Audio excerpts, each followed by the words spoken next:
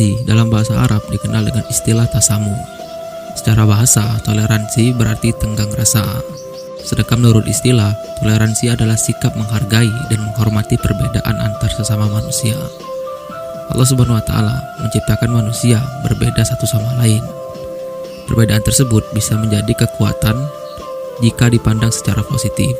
Sebaliknya, perbedaan bisa memicu konflik jika dipandang secara negatif.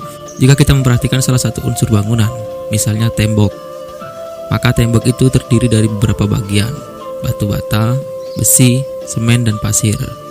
Jika masing-masing bagian itu berdiri sendiri tanpa ada persatuan dan keterkaitan, maka tidak akan mempunyai kekuatan. Setelah bagian-bagian itu dipersatukan, dicampur dengan air, dan disusun rapi, maka ia menjadi satu bangunan yang kokoh. Ini semua menggambarkan bahwa perbedaan merupakan sumber kekuatan apabila bersatu dan bekerja sama. Oleh karena itu, Islam mengajarkan untuk menghargai dan menghormati perbedaan.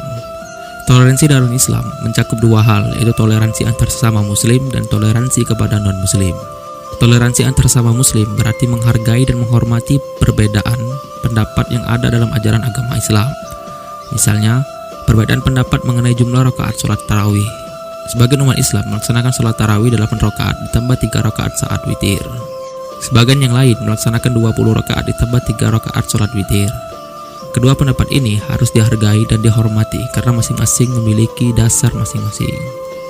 Perbedaan-perbedaan dalam tubuh agama Islam masih bisa ditoleransi apabila terjadi dalam masalah furu'iyah atau cabang, seperti jumlah sholat tarawih, doa kunut, dan lain-lain. Namun, kita tidak boleh toleransi dalam masalah usul atau pokok dalam Islam. Misalnya, kitab suci Al-Quran, kiblat, dan Nabi. Ada orang mengakui Islam tetapi kiblat sholatnya bukan di Ka'bah, kitab sucinya bukan Al-Quran, nabinya bukan Nabi Muhammad SAW. Maka kita harus menolak keras pendapat seperti ini. Namun, tidak boleh berbuat anarkis atau menghakimi sendiri dengan tindakan kekerasan. Adapun yang dimaksud toleransi kepada non-muslim yaitu menghargai dan menghormati pemeluk agama lain untuk beribadah sesuai agama dan keyakinannya masing-masing. Rasulullah SAW telah mencontohkan toleransi antar umat beragama, baik ketika beliau di Mekah maupun di Madinah. Toleransi merupakan salah satu akhlak mulia atau akhlakul karimah yang harus dimiliki setiap muslim.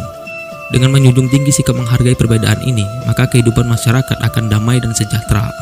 Oleh karena itu, kita harus menerapkan toleransi dalam kehidupan sehari-hari, baik di lingkungan sekolah, rumah, maupun masyarakat.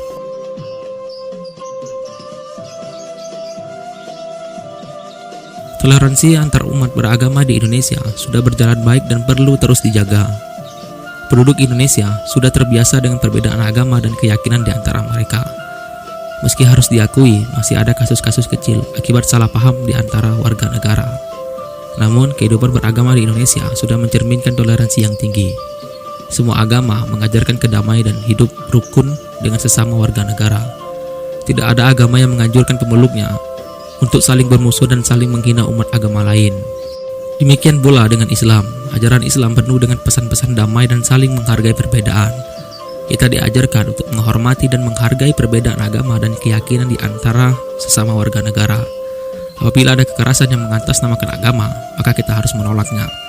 Islam tidak pernah mengajarkan untuk berbuat aniaya dan berbuat kerusakan. Dakwah Islam tidak boleh dilaksanakan dengan kekerasan atau paksaan, tetapi harus dilaksanakan dengan santun, menarik, dan bijaksana. Dakwah seperti inilah yang telah dicontohkan Rasulullah SAW. Kunci keberhasilan dakwah beliau adalah berakhlak mulia kepada semua orang.